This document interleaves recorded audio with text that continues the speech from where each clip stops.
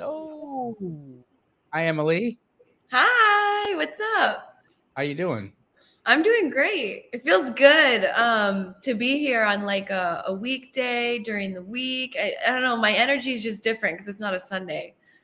Yeah, I mean, I love Sunday because I roll in right after my Astro call, and we get True. a lot of people are home on Sunday, so I feel like we're gonna have a light show today. But that's all good. We're still here. It's the new year, and I didn't want to miss it, guys. I appreciate you being patient with me. Yesterday, my mom was diagnosed with COVID. She's 80 years old, has heart disease, and is diabetic, and so we had to figure out how to treat her, and all is well though. So thank you guys all for the amazing messages I got on IG and Facebook. All the love, I appreciate it kindly. Mom's doing great, so all is well there. And beyond that, I'm just ready to comp some houses. How about you? I'm ready. I was born ready. Amazing. So first and foremost, guys, I want to thank our friends at Batch. We are absolutely just in love with their consistency in the platform. Batch Leads has not, I repeat, has not failed us with respect to MLS comps. In fact, guys, there was rumor that all third-party resellers, including Batch, PropStream, and others who use MLS data, were going to lose access to it, and that turned out to be false. False. FALSE. False. Batch is still able to comp in non-disclosure states with MLS sold data. So, guys, if you haven't yet got your Batch Leads subscription, you can give it a try for free here at batchleads.io/Jamil. And I highly recommend it. It's a great resource for comping, and it allows my team all across the United States to get accurate access to sold comps and then know what their buy number should be on that house, which is really important, because the number one reason why a wholesaler will quit this business is because they get on the phone with the seller. They find the seller says they need an X number of dollars for their property, and wholesaler says, okay, and gives it to them, and then locks up a contract way over what the value of the property is. And then they can't sell it. They get laughed at when they try to sell it, send it to buyers, and then they quit because they say, this doesn't work. Who wants to sell for a discount? And I know that this is the way that people think, because I get thousands of DMs from people every week that are saying, hey, Jamil, how the hell can you wholesale in a hot market like this? The scarcity mindsets are plentiful out there. The fear is plentiful. Guys, Keegley did $1.4 million in business last month, $1.4 million in assignments and double closes. What are you talking about? There's no deals. That is so incorrect. Our franchises across the country are crushing it. Small wholesale operations are blowing up. So no, I don't buy that. It is because you're not spending time. It is because you're not valuing properties. And all 130 of you that are on this right now are not those people, because you guys are here to learn about what it means to understand value. So let's answer a couple of questions. Emily, there's some in the chat, and then we will get into Compin. David Britt asks, where can I find out about what states are non-disclosure states? David Britt, great question. Emily, do you have that graphic? I do. Let me bring it up. I will bring that up, but let me find another question for the meantime.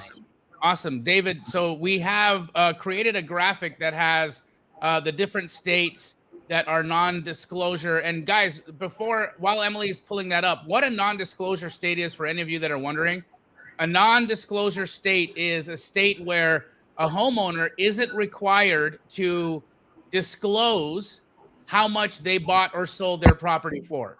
And because they're not required to, many of them, when they're at the closing table and signing their documents, are choosing not to release that information to the public. because why should they, right? It's a privacy thing. Texas is a non-disclosure state, for example. New Mexico, again, you know, there's more. Emily's going to pull up that graphic. But why it's important is because in non-disclosure states, it's impossible to find sold comps if people don't want to share it. And so the only place to get that sold data is from the MLS. Okay. Now, PropStream used to have that sold data, but unfortunately, they don't anymore. Batch Leads still does. And they will continue having it because they've got a completely different contract with a completely different data provider, and they are in no jeopardy of losing it. So Batch Leads will still provide sold MLS comp data for you. And that is super important. If you want to know how much a house's ARV is, that is where you get that information from. So a non-disclosure state just means that access to sold data is not going to be available on your traditional platforms like Zillow. You won't find it on Redfin. You won't find it on Realtor.com. You will actually have to have a third-party reseller give you that information. So somebody like Batch or what was PropStream will be where you're going to need to go for that. Make sense? Cool. Emily, did you find the graphic? Yeah, I'm pulling it up right now. Where is my elevator music? And yes, I'm the elevator music. This Facebook user just said that they had an orientation with Batch today. And guys, they will do an incredible job with helping get you onboarded with their platform. So I'm not technologically inclined, just so you guys know. I totally suck at computers. It's not really my jam, but I can very easily navigate the Batch Leads platform because they taught me. So just get the trial, get onboarded, and get to work. These are the non-disclosure states as they are known today. Alaska, Idaho, Kansas, North Dakota, Montana, Mississippi, Texas, Louisiana, New Mexico, Missouri, Utah, and Wyoming. And that's just what it is. It's not going to change. This isn't a regulation thing. This isn't something that's going to adjust or get better one day. It's not. These states will remain non-disclosure. And so you're going to need to have a platform like Batch Leads to run accurate comps if you are working in any of these markets. All right. Again, it's Alaska, Idaho, Kansas, North Dakota, Montana, Mississippi, Texas, Louisiana, New Mexico, Missouri, Utah, and Wyoming. Wyoming being almost a perfect square. Beautiful, beautiful. Any other questions here, or should we get to the Compin? Here's a little question from Carla. Realtor has some short sales or pre-foreclosed properties. Is it worth looking into? Carla, absolutely great question. So short sales are definitely worthwhile looking into. Here's what I want to tell you about short sales is don't sell them until you get bank approval. And be careful because short sales are often attached with deed restrictions, meaning that you're going to have to actually take title to the property before you can wholesale it.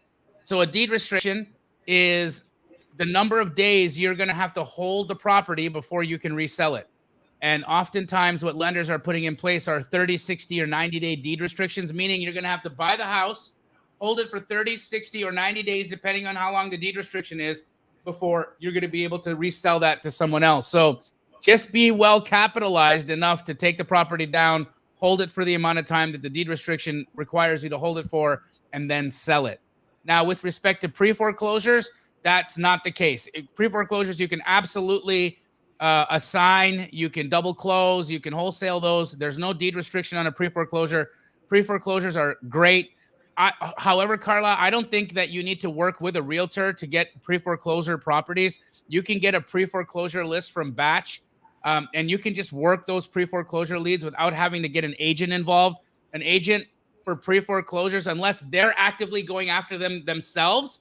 Look, the realtor, it's not enough for a realtor to send you a list of pre-foreclosures because that list is super available. And then expect you to work with them after you cold called them, after you created a deal, then fit the agent back in. No, that's not how this works. Okay, if the agent wants to call the pre-foreclosure leads and talk to the homeowners and get a buy price from you and put those deals under contract, and then you do a wholesale deal, and then hell yeah, work with that realtor. But otherwise, that's not necessary. What you do is get the list of pre-foreclosure properties from batch leads, skip trace them, call them, and do the deal seller direct. There's no need to insert an agent into that situation. I love working with agents, but I love working with agents who work. Does that make sense? I don't want to work with lazy agents. And I don't mean that in a bad way. I just mean it is what it is, right? If an agent's not listening to what you're asking them for, they're not listening to what you're asking them for. Their attention to detail is nothing. It's not there. They're not going to be viable or useful for you. Now, does that mean that they'll never have a deal? Absolutely not. They may have a deal. In fact, the lazy agents are usually the ones who need you when they get a listing because they're so broken, they have no idea how to move that house. Okay, so that means you continue following up with them to see if they have any distressed properties coming to market that you might be able to put under contract, to see if they have any hoarder houses or nightmare listings that they had to throw their shoes away after walking, to see if there's any houses that they visited that are in such bad condition that the homeowner is going to need to do extensive renovations before they'll be financeable. All different approaches that I just gave you, okay? But that is what we're trying to get from realtors, not access to lists. Lists are available through your subscription on Batch Leads, so do not insert a realtor into a situation if they are not ready to work that situation. Make sense? Cool. What's next? Did you answer what do I do if I don't have any EMD money? Oh, I did not. Also, what do I do if I don't have earnest deposit? Squat up, baby. Squat up, Carla. That's what you do, okay? So if you are in a market where there is a Keegley franchise is happy to help you with earnest money. You can also work with anyone from Sub2, Astro Flipping, all of our community members. There's some that are doing extremely well and are building amazing businesses and have access to all types of resources that'll happily help you with earnest money. The answer to that question, Carla, is squat up. Now, guys, we're going to have over 200 people on this live stream today. If you are not doing what Thomas is doing here in the comments and squatting up with people, you are missing out. There are so many deals to be done in the comments here. So many deals. Tell people where you're from. Tell people what you're looking for. Tell people what you're good at. Tell people what you need help with. Squad up. All of you that are brand new, I see there's a lot of new viewers here today. Thank you for joining us. I comp properties on this show. So this show is about teaching you how to comp properties. And we will get to that next. But again, here you go. Chi Brown, my man Chi out of North Carolina, who is a brilliant investor and a friend of mine, as well as an Astro family member. He is happy to put up EMD for a deal in North Carolina. See, this is what I'm talking about. This is what it is to squat up. This is what the community is that we're building, and you can lean on it. You can grow with it, and that is why it's so friggin' dope. Cool. That's so awesome. Somebody asked in the comments, what is the difference between batch leads and batch driven? Another great question. So Batch Driven is a great app if you're out driving for dollars and you're in the world and you're, say you're in front of a house and you want to say, okay, here I'm in front of this house. I want to tag this house. I want to skip trace it and say, I want to save this lead and skip trace it to call them back later. That's what Batch Leads is for. It's a great tool for you when you're out in the field driving for dollars, okay? That's why it's called Batch Driven, driven being the action of driving, right? So it's a driving for dollars app. It is not very functional if you're at a desktop or working from an office and you want to do things at mass scale. If you want to do things fast, if you want to do things productively, if you want to do things efficiently, you need a CRM and a software that's going to keep up with your workflow style.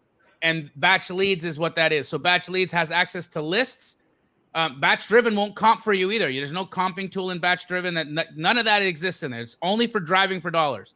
Batch Leads, on the other hand, you can pull lists. You can stack lists. You can pull tax record data. You can skip trace, and you can also text people from batch leads. So it's like an all-in-one platform, and it is super, super cool.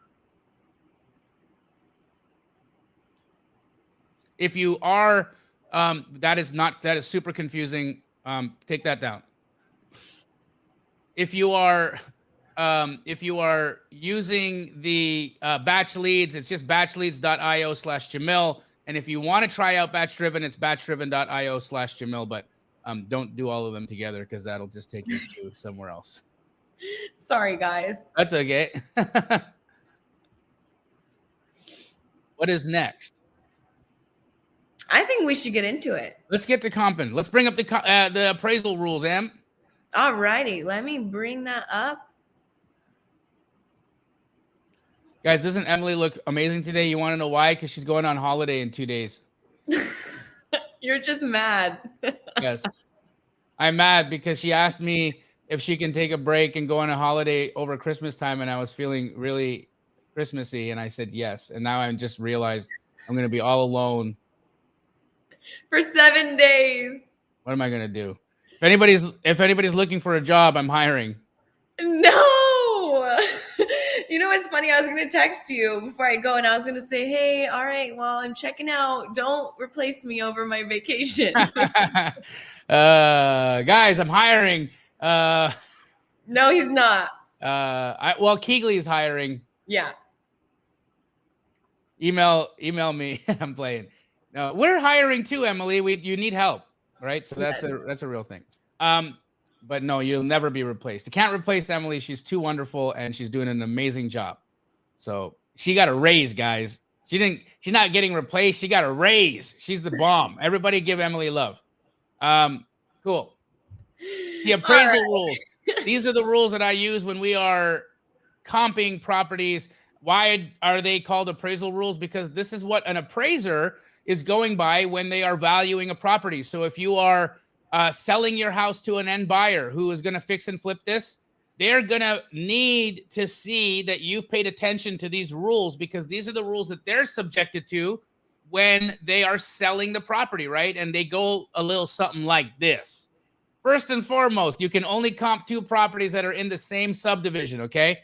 Do not cross major roads, and you'll know you're crossing a major road if you're on Zillow. There's a yellow, fat yellow line. It just shows you that it's a high traffic area. Don't cross any major roads. You won't leave a subdivision. If you cross a major road, very likely you left the subdivision and the comp isn't valid.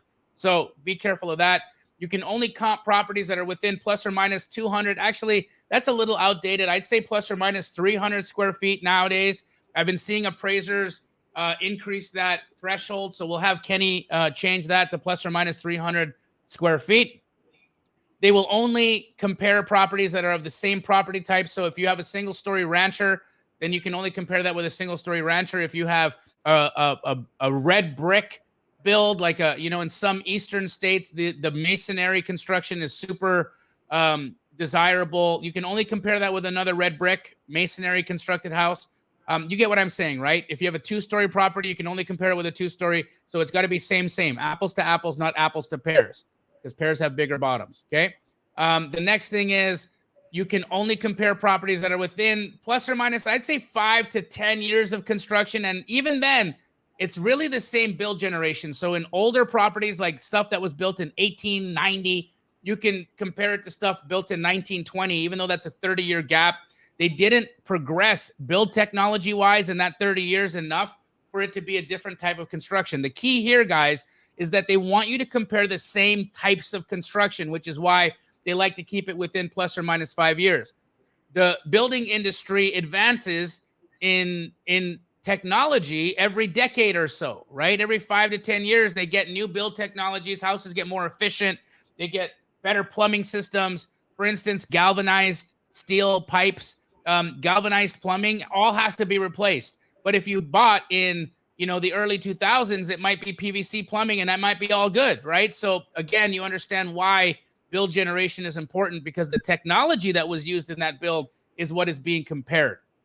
Now, when you are comparing two properties, it's unlikely that you're going to have houses that are the same. right? There's gonna be differences between them. They may be of the same square footage. They might be in the same subdivision, but what if one has an extra bedroom, or what if one has a carport, and one has a garage, or one has a bathroom, and the other one doesn't have a third bathroom, or a pool, or no pool? So these are the adjustments that you make if you have an extra bed, or if you're missing a bed, if you have an extra bath or missing a bed, so on and so forth. And then finally, guys, if you are siding, fronting, or backing traffic, depending on the price point, you're going to need to make an adjustment. This needs to change to 500K, Emily, under 500K. That's outdated. So, because prices have increased. If you are under 500K, siding, backing, or fronting, you're going to make these adjustments. And if you are over 500K, you have to change that to percentages, because in a luxury price point, commercial and traffic is a big deal. And then also, guys, I see this happen a lot. You have a house with a basement, or you have an additional dwelling unit or a guest house, and wholesaler or a seller tells you there's 500 square feet in my guest house, and there's 1,500 square feet in my main house, so the total square footage is 2,000. No, it's not. Okay, the guest house does not count as 100% of value. In fact, some appraisers won't even give you credit for a guest house or a basement, because according to the way the appraisers work for lenders, that square footage isn't countable. However, some will give you about 50% of that value. So the most that you can ever give in value for a basement, additional dwelling unit, or a guest house is 50% of the square foot value. Cool. Awesome. Let's get to it. And Mark Stevens, yeah, it applies to the same, a duplex or a fourplex. However, Mark, when you are trying to value a property like a duplex or a fourplex, you're going to value it based on its income. And so it really doesn't apply in that sense, right? So what you need is the rent. So if anybody's putting up a duplex, triplex, quadplex, eightplex, whatever on this show today, have the rents, or don't put it in there because we can't comp it. Let go. I saw a multifamily. Oh, we can start here. Look at this one. All right. Okay, so Maurice Frazier has a property at 1702 Naomi Street in Indianapolis, Indiana. It is a duplex. It's rented for $1,200 total, one each side, meaning each side is renting for $600. What would that be worth? So, Maurice, great question. In Indianapolis, this is what we consider a low appreciation, low demand area. And so for every $100,000 that an investor spends, they're going to want $2,000 a month in rent. Okay? It's a 2% rule. And Indianapolis follows the 2% rule. So if we are getting $1,200 a month in rent, that kind of tells you where it should be, right? If you were getting $1,000 in rent, you'd be spending $50,000 on the property. We got an extra $200 here. So you're probably at about $55K. That you'd want to offer $55K on this duplex that is bringing in $1,200,000 a month in gross rents. Simple. Once you figure it out, once you know where you are in the country, and you know if it's low appreciation, low demand, or high appreciation, high demand, then you'll know what percentage rule to follow. And high appreciation, high demand areas will follow the 1% rule, meaning for every $100,000 you spend, they're going to want $1,000 a month in rent. And low appreciation, low demand areas are going to have, for every $100,000 you spend, you're going to want $2,000 a month in rent. And why is that? Because in low appreciation areas, an investor can't bank on the property appreciating. They're only really gaining from the cash flow. In high appreciation areas, the investor gains from appreciation and cash flow. So they're willing to forego lower cash flow because they know that they're going to gain in appreciation over time.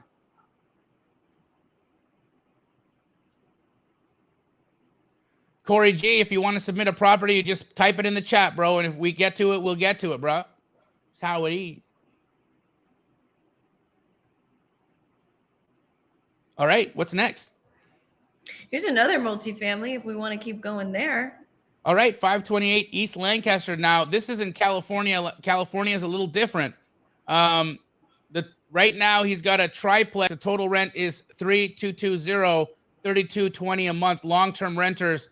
The rent should be at $4,500. Unfortunately, Dale, the way it works in California, what should be can't be, because there's a very strict rent control in California. They can only increase by 3%, I believe, per year in rent. And so even though they should be able to rent for 4,500, unless they are willing to evict and pay the leaving fee or the rehoming fee that you would have to pay a tenant in California, then raising the rent to 4,500 is not possible. So remove that from the conversation. If the seller is trying to dangle that carrot in front of you, that is not a carrot to be dangled, because it can't be 8.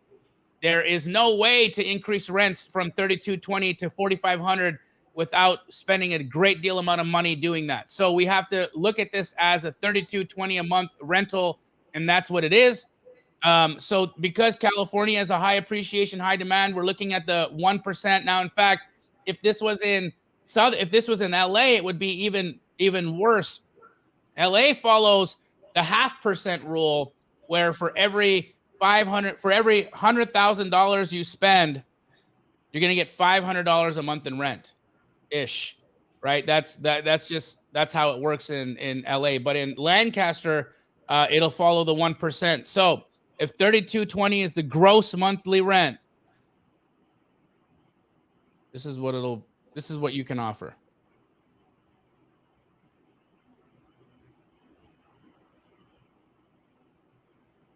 ARV on this would be around 390, and you want to offer them around 270 on it.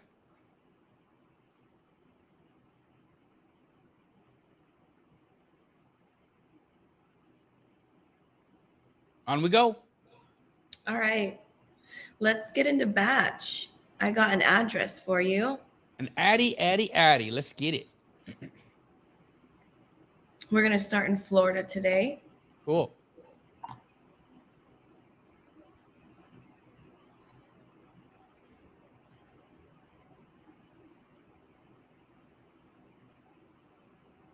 Just read me the address. Okay. It's 12 Robin Lane. Robin is spelled with a Y, so ROBYN.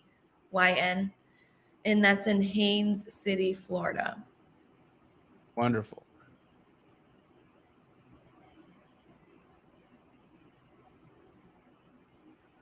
"12 Robin Lane, Haines City, Florida." We have a 2-bed, 1-bath, 1,860 square foot property.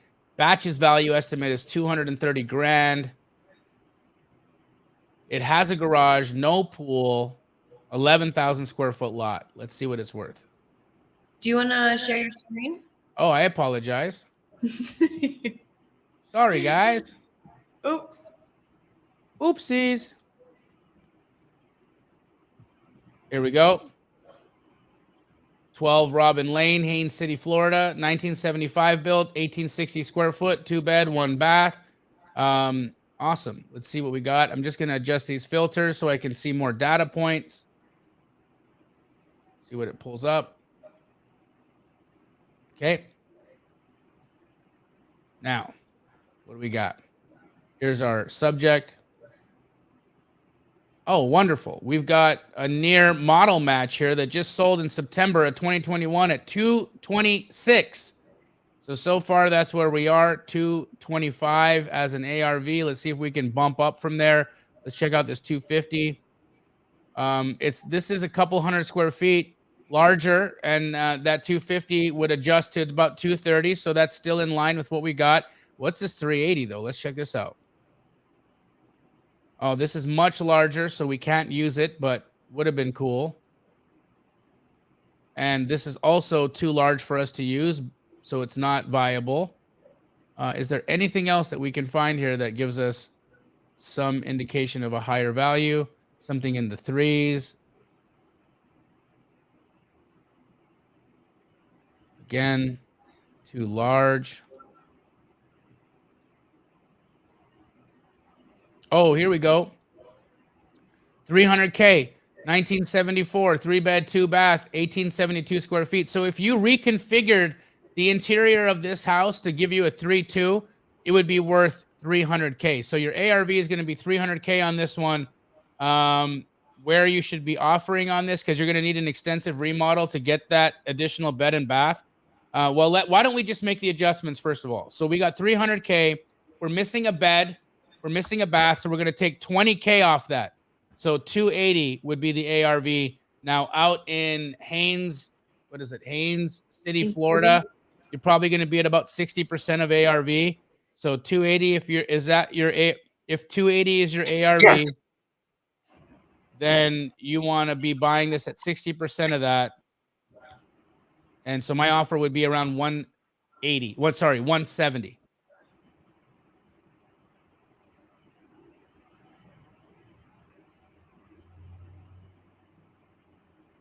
Awesome. Next one is in Texas. Cool. Address is 2606 Las Brisas Boulevard, LAS BRISAS Boulevard in Brownsville. Got it. 2606 Las Brisas Boulevard in Brownsville, Texas. We've got a 5-bed, 3-bath, 2007 build property. 2360 is a square foot. Batch's value estimate is 252. These guys try to list it in January of 2021 for 255. That's very close to what Batch's retail value is. No pool, 5,900 square foot lot. Let's see what it's worth today.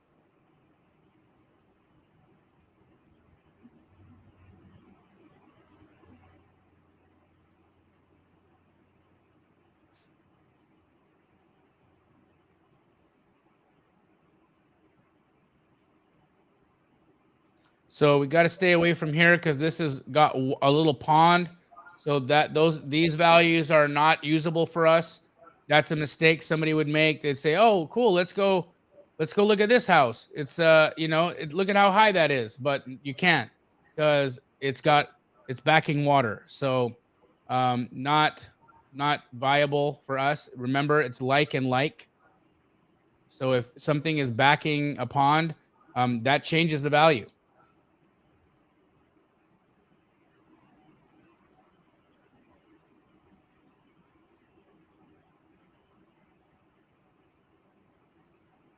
Okay, not a ton up here. I don't like having to cross over this road, but I don't see that there's a choice.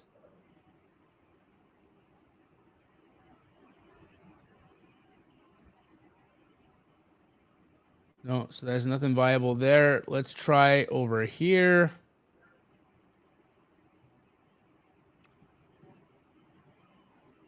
That's not viable either.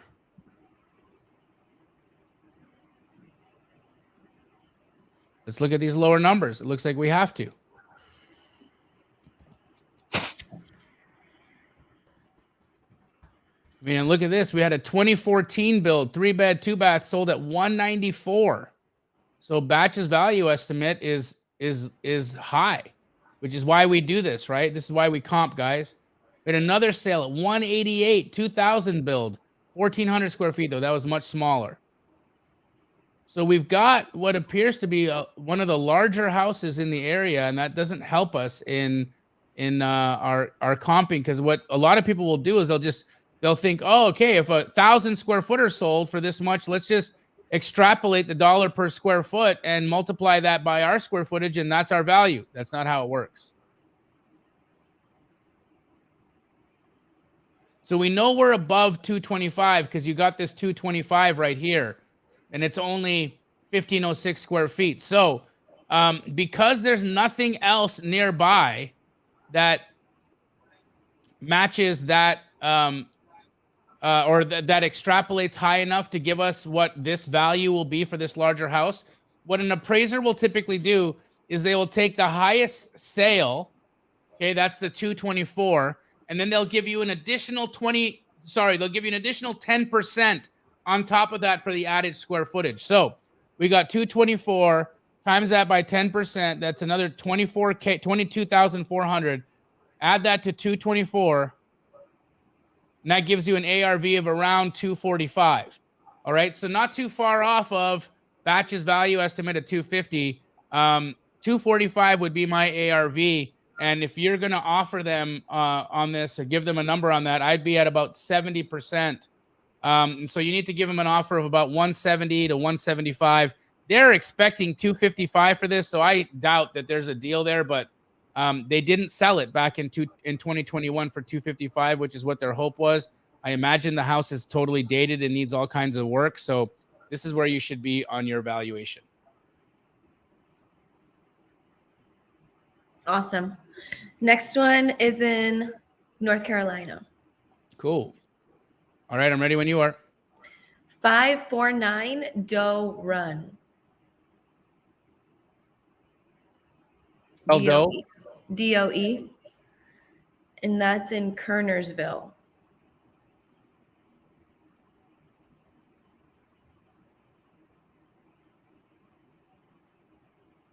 All right.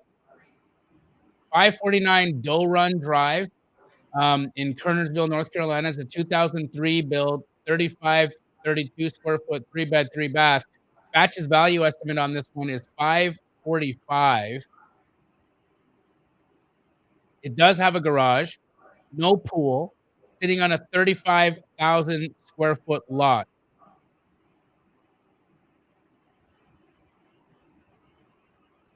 Let's see what it's worth.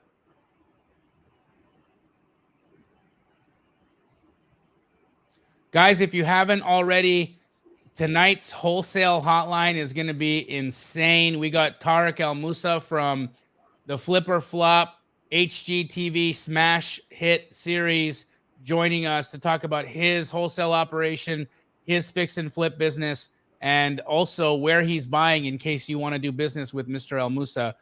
Tonight will be the night where you'll be able to connect with him on Wholesale Hotline. So make sure you tune in for that. It's going to be a wow one.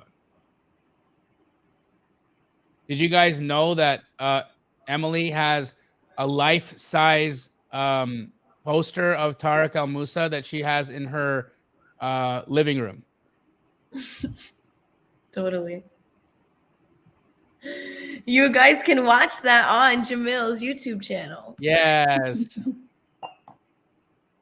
All right. So here's a great comp. It is a couple hundred square feet larger, but it's same build generation, right in the same area, well equipped or well finished home. These are like nice estates. Problem with some of these estates is that they're going to be, somewhat dated and very custom. And so you got to buy them cheap enough to do significant remodeling to them. Now we have to adjust for the change in square footage here. We're a couple hundred square feet smaller.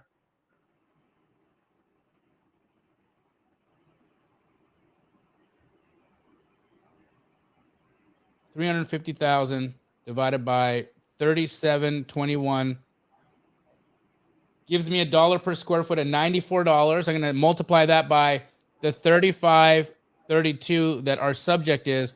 That takes us to an ARV. Hold on, I did this wrong. 550,000 divided by 3732 gives us $147 a foot. Multiply that by 3532. That gives us an ARV of 520. So the ARV on ours is 520. And out in Kernersville, North Carolina, I'd say you probably want to be at about 65% of that. So I would be offering them about 340 on this one. 340.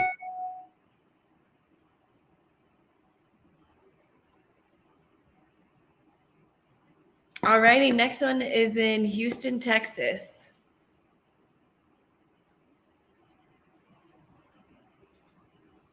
All right, ready when you are. Address is 6322 Kashmir Street. This one is spelled with a K. Hey, spell it out for me. Kashmere.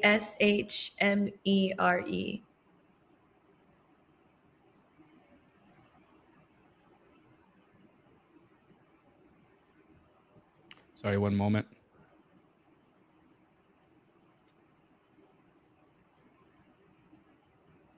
Yes, Eric, they are announcing the Flip Me Challenge winner at the end of this. Yes. Wow. I forgot to mention that. Yes, it's going to be awesome.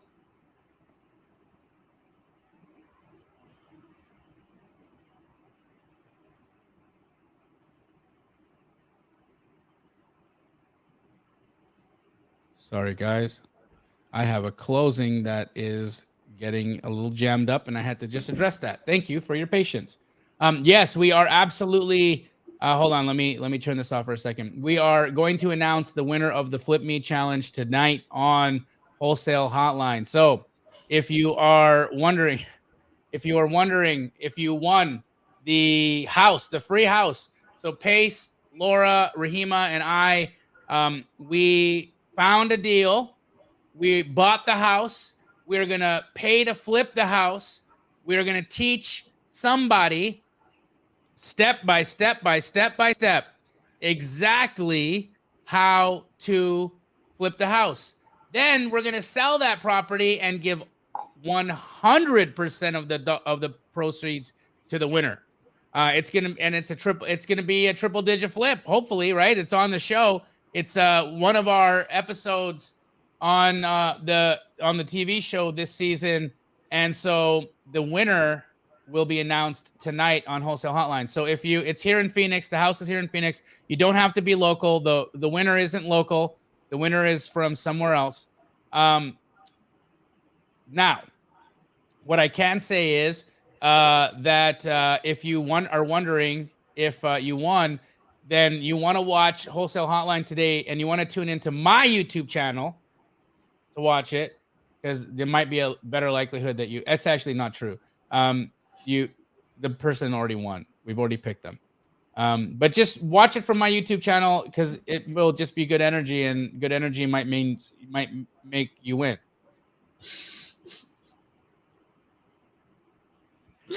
Okay. What's that? Too much. Okay. I think we had one typed into batch. Okay. Cashmere, remember? Cashmere. All right. Cashmere. 6322 Cashmere Street in Houston, Texas, 1945 built, 720 square foot, 2-bed, 1-bath house. This property is sitting on a 5,136 square foot lot. Tiny little guy, 720 square feet. Batch's value estimate on it is $86,867. Let's see what it's worth.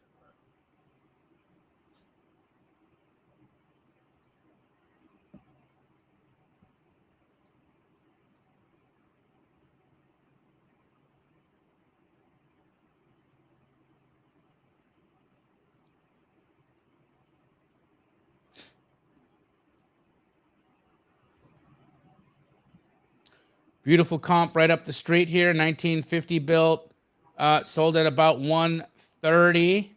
Okay, but it is a couple hundred square feet larger, so let's adjust. Now it's an older comp, so we're going to try to find something newer, but let's just see where this puts us.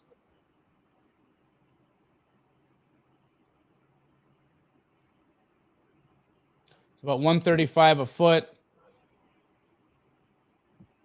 This gets us to about 98K. Let's see if we can do better than that. What's this, 133? Ooh, yeah, look at that. This pushes us over 130 because our subject is slightly larger by 100 square feet. And this is an amazing comp, and it's from 2021. Oh my God, are we so lucky? So let's see what this makes our property worth.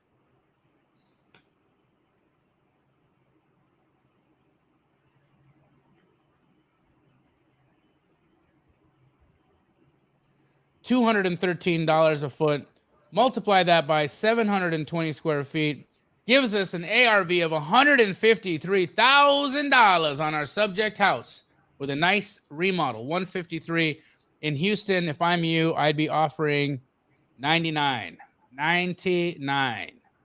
Somebody asked in the comments, are you accounting for repairs in your number? I do, and that's when I take the percentage of ARV. So if I have created a US ARV map that tells me what percentage of ARV I need to be at for the specific markets for either cosmetic or full gut remodels. So yes, I am absolutely taking it into consideration, but I do it in a way where it doesn't weigh me down having to wait for a contractor, where I'm looking at like, how much is this lighting going to cost me? How much is the paint going to cost me? I either put the property in 2 buckets, cosmetic remodel or full gut remodel. And they adjust by about 20% depending on cosmetic or full gut. For example, here in Arizona, for a cosmetic remodel, I'm buying at 70% of ARV, not minus repairs, not minus wholesale fee, not none of that crap. 70% of ARV is where I'm buying in Phoenix, Arizona for a cosmetic remodel. If it's a full gut, I'm at 50% of ARV. Now that's going to change if I'm in North Carolina. It's going to change if I'm in Florida. And that's why state to state, market to market, the percentage of ARV is going to change. But I do adjust for condition based off of it either being cosmetic or being full gut. Lovely. Next one is in New York. And somebody asked, how does Batch come up with their valuation? It's an algorithm, and yes, they're off sometimes. That's computer shit. That's just how it goes. Yeah. That's just computer shit. Yeah. Oh, you kill me. Okay. 11718. Yep. 150th Avenue. That's in Jamaica. Queens. You said, what was the address? 11718. 150th Avenue. Is it 117-18? Yeah, that's right. Yeah. Okay. That's New York. Doesn't like the address. Is it a commercial property? Can you find out? Flyboy, is it a commercial property?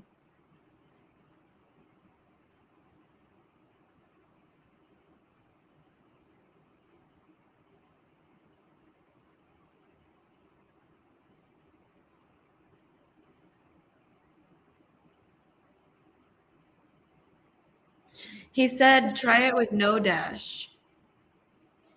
Okay. No, he said no residential. So I think no comma residential. It doesn't like it. We'll try it on Zillow. Read it out again. 11718 150th Avenue. Okay. There we go. It doesn't tell us the bed and bath count, but it's 1290 square foot. So if you can fill us in with that, that would be fantastic. Batch's value estimate on this is $800,000. This was built in 1945. It's a single family house on a 6,000 square foot lot. Somebody bought it for $635 way back when in 2007. Let's see what it's worth today. Based off the quick comps that Zillow gave us here as well, number 1, 2, 3, and 5 are viable. 1 sold for $775. 2 is sold for $1. 3 sold for $750. 5 sold for $570. All right, well, let's see what we got.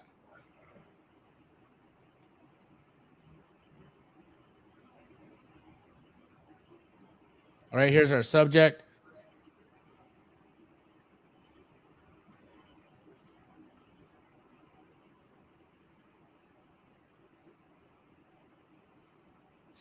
You got a 1.06 million 1387 square footer that sold up the road. That looks like it's the highest that we've got here. It's right on the same street as well. Same size lot. I'm going to venture off to say I don't think we're going to do better than that, so we'll stay there. Now, we have to adjust for the square footage differential here.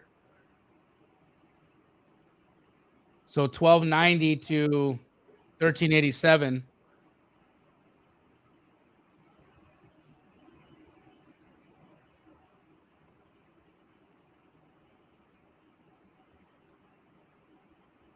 Takes us to $764 a foot. We're at 1290. So we're at about 985 ARV, 985. So out in Jamaica, where you want to be offering on that is about 700. Offer That's crazy. 700. Crazy, crazy, crazy. That is crazy. If you are Cedric, if you are trying to get a hold of somebody at Dallas in the Dallas Keegley, you can reach out to Jeff Houlihan, and I'll give you his phone number right here. Emily, if you want to take this down. 425-466-4214.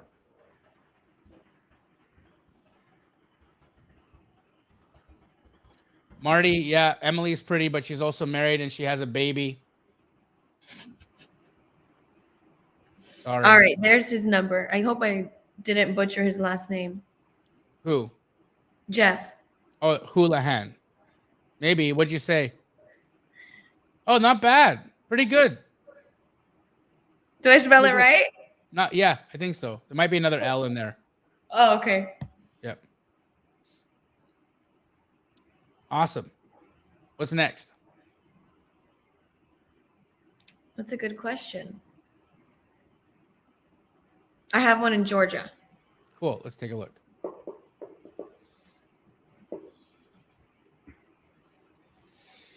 Alrighty. 3730 Village Drive. Village Drive Southwest. And that's in Atlanta.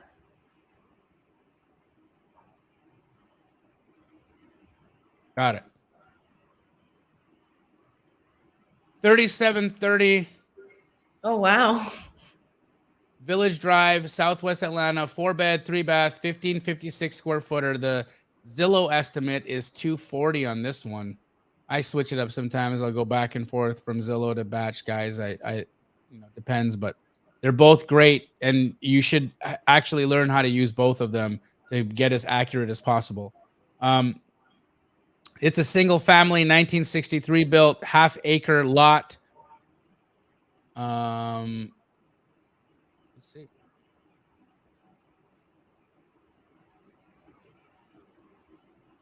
There's our subject.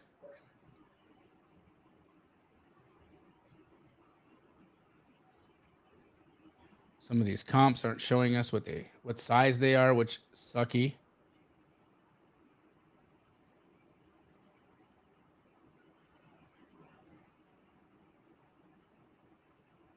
As a 2015 build, and I believe our subject is older. 60 tree. So we got to stay over here.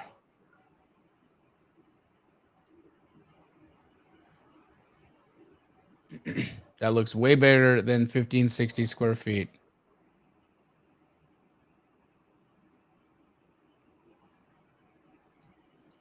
So, and this is a 2-story, also not viable for us to use. Let's just keep looking.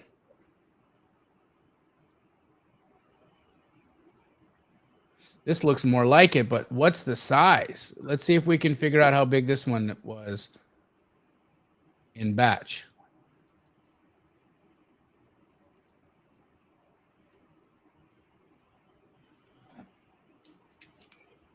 Hot Mama. Look at that. Same size. 290 ARV, baby. 290 ARV. So if 290 is your ARV out in Atlanta, you want to be at 55%. For cosmetics, so go offer them about a 160. 160.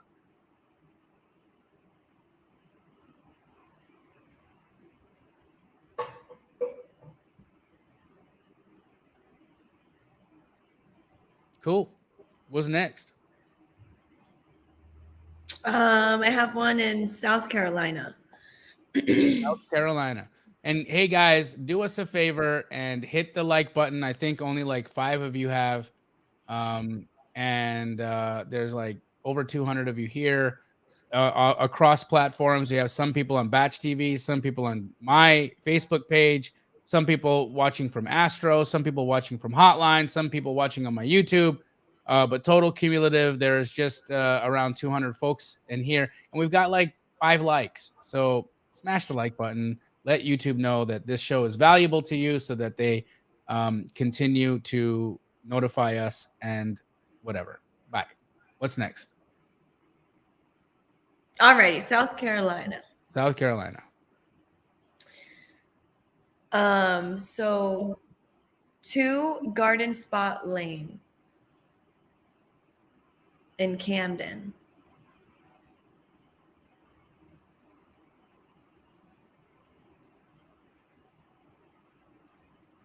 All right. Doesn't tell us what year this was built. Not a lot here on the picture. 1210 square foot, 2-bed, 1-bath.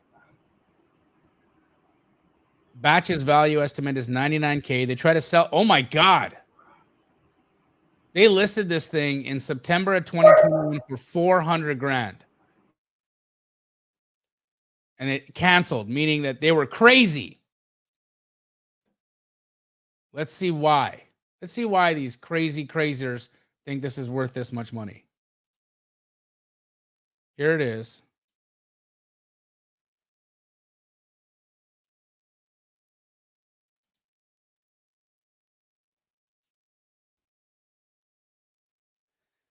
Now, the problem that we have is this doesn't have access to, this isn't backing the lake. This is on the road, right? This property is on the road, and these $400,000 and $350,000 sales, these are on the water,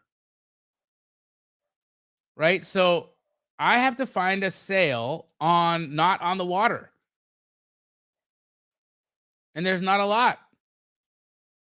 In fact, there's nothing. Let's take this over to Zillow and see if there's anything better there. But I can for damn sure tell you that their $400,000 number is cuckoo.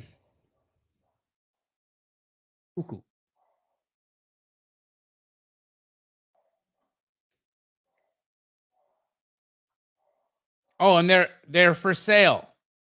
They're listed at this 400 grand. Well, this shows us that it is on the water and it's fully remodeled. Interesting. So it does have lake access, does have a dock, but it's a fully remodeled house. I don't think this is a wholesale transaction. I don't think this is a deal. I think this is a manufactured home that somebody has renovated and they're trying to sell for 400 grand. So it's probably it's not worth 400 if it's been available for 120 days. So maybe it's worth 350, but this isn't a deal. Like, this isn't something you go chasing trying to wholesale. There's no value to be added here. It's already been extracted. Hope that makes sense. It does.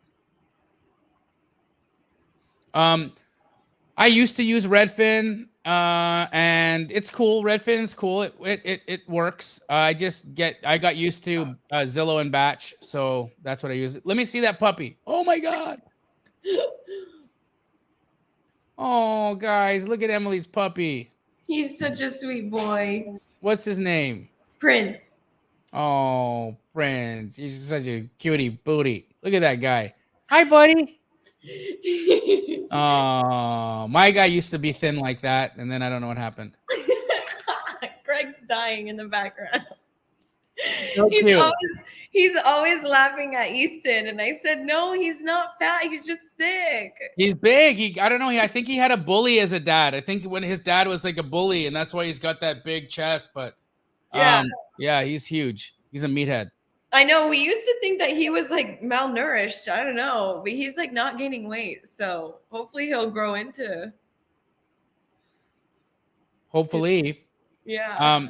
Lori Tell asked, where can you get a copy of the ARV map? So guys, that's something I share with the astro flipping students that are a part of the community there. So what I would suggest you do is squat up with someone from Astro, right? So I'm not telling you sign up it might not even be available in your part of the country because we're sold out in certain parts. But what you can do is squat up with somebody in Astro and get their help. And they'll tell you. They can share that with you, but it is exclusively available to Astro students, unfortunately, Lori. All you got to do is squat up. That's my incentive or your incentive to work with somebody in our community. Awesome.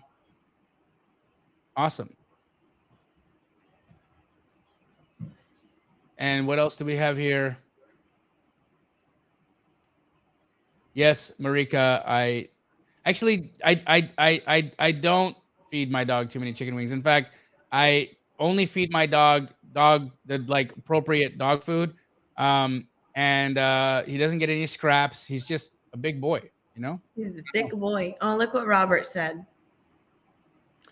Oh, thank you, Robert. Yes, I am doing all I can to address the narrative that is out there about wholesaling, and especially with respect to minority groups that are involved in the practice of wholesaling. It offends me to a great level, the kind of things that are being said out there by specific media outlets and realtor associations. So thank you, Robert. And I appreciate your continued support in our goal to address wholesaling as an industry and to normalize it, because we deserve it to be normalized.